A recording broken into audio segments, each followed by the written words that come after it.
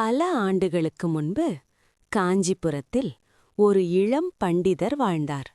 அவர் வேதங்களில் தேர்ச்சி பெற்றவர்.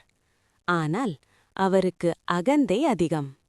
என்னை விட யாருக்கும் அறிவில்லை என்று எண்ணினார். ஒருநாள் அவர் காமாட்சி அம்மன் கோவிலுக்கு சென்றார். அம்மன் முன் நின்று அவர் சொன்னார், என் அறிவுக்கு உங்கள் அருள் தேவையில்லை. அன்றிரவு அவருக்கு ஒரு கனவு வந்தது. அதில் அம்மன் தோன்றி மெதுவாக சிரித்தாள். அவள் கேட்டாள், அறிவு உன்னுடையதா அல்லது அது என் அருளா? அந்த கேள்விக்கு அவர் பதில் சொல்ல முடியவில்லை. காலை எழுந்தபோது அவருக்கு படித்ததை நினைவில் வரவில்லை. அவர் பயந்து மீண்டும் கோவிலுக்கு வந்தார்.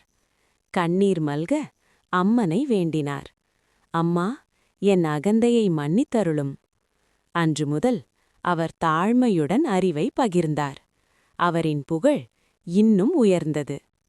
கதையின் அர்த்தம்: அறிவும் அருளால்தான். அகந்தை வந்தால் அருள் விலகும்.